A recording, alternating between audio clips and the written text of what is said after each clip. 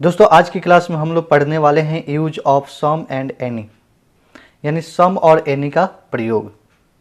दोस्तों याद रखिए, सम का अर्थ कोई, कुछ और थोड़ा होता है, जबकि एनी का अर्थ भी कोई, कुछ और थोड़ा होता है, पर दोनों के प्रयोग में फ़र्क है।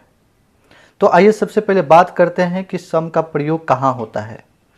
Where is use to some. दोस्तों याद रखिए, सम का प्रयोग अफर्मेटिव सेंटेंस में सिंगुलर अनकाउंटेबल नाउन के पहले मात्रा यानी क्वांटिटी का बोध कराने के लिए कुछ और थोड़ा के अर्थ में होता है, तथा प्लूरल काउंटेबल नाउन के पहले संख्या यानी नंबर का बोध कराने के लिए कोई, कुछ और थोड़ा के अर्थ में होता है। जैसे आई हैव सम मिल्क, मेरे पास थोड़ा मात्रा में दूध है। कहने का मतलब ये है कि मिल्क जो है सिंगुलर अनकाउंटेबल नाउन है, इसलिए हम यहाँ पर सम का प्रयोग करेंगे और सेंटेंस आपका अफर्मेटिव है, इसलिए आप कभी नहीं बोल सकते हैं आई हैव एनी मिल्क। उसी प्रकार से एक और एग्जांपल देखिए, आई हैव सम बुक्स, मेरे पास यानी मुझे कुछ संख्या में पुस्तकें हैं। कहने का मतलब ये है कि बुक्स जो है आपका प्लूरल काउंटेबल नाउन है, इसलिए इसके पहले सम का प्रयोग किया गया है। क्योंकि देखा जाए तो सेंटेंस अफर्मेटिव भी है, इसलिए आप कभी नहीं बोल सकते हैं आई हैव एनी बुक्स, क्योंकि एनी का प्रयोग अफर्मेटिव सेंटेंस में नहीं होता है।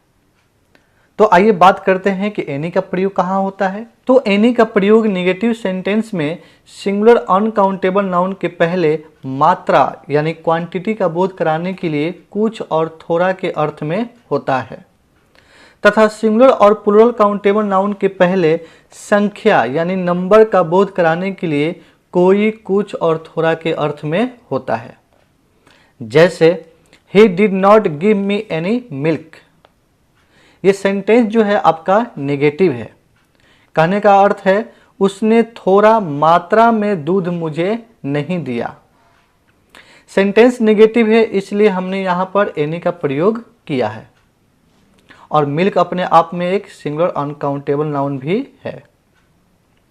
इसलिए दोस्तों आप कभी नहीं बोल सकते हैं कि he did not give me some milk, क्योंकि मिल्क आपका सिंगुलर अनकाउंटेबल नाउन तो है, लेकिन इसके पहले सम का प्रयोग किया गया है। कहने का मतलब है कि सेंटेंस आपका नेगेटिव है, और सम का प्रयोग तो अफर्मेटिव सेंटेंस में होता है। नेगेटिव सेंटेंस में सिर्फ एनी का प्रयोग होता है। आए बात समझ में। उसी प्रकार से एक और एग्जांपल देखिए, he did not take any book from the box. Book आपका सिंगुलर काउंटेबल नाउन है, सेंटेंस नेगेटिव है, इसलिए हमने यहाँ पर एनी का प्रयोग किया है, इसलिए सेंटेंस आपका सही है। लेकिन आप कभी नहीं बोल सकते हैं he did not take some books from the box, यानी उसने कोई संख्या में पुस्तक बक्सा से नहीं लिया। बुक्स जो है प्लूरल काउंटेबल नाउन तो है, लेकिन सेंटेंस नेगेटिव है, इसलिए हम यहाँ पर सम का प्रयोग नहीं करेंगे, बल्कि एनी का प्रयोग होगा, इसलिए सेंटेंस आपका गलत है। आए बात समझ में। तो दोस्तों इसी के साथ कुछ पॉइंट याद रखें। सम और एनी दोनों का प्रयोग इंट्रोगेटिव सेंटेंस में किया जा सकता है। जैसे will you give me some sugar, क्या आप मुझे थोड़ा यानी मात्रा में चीनी देंगे। या आप बोल सकते हैं हैव यू एनी मनी, क्या तुम्हारे पास धन है यानी पैसा है। तो कहने का मतलब यह है कि सम और एनी का प्रयोग इंट्रोगेटिव सेंटेंस में किया जा सकता है। आए बात समझ में। इसी के साथ याद रखिए नोट नंबर 1, सम का प्रयोग लगभग यानी अबाउट के अर्थ में भी होता है। जैसे मुकेश गेव मी सम 50 रुपीज, मुकेश ने मुझे लगभग 50 रुपए दिए। आए बात समझ में।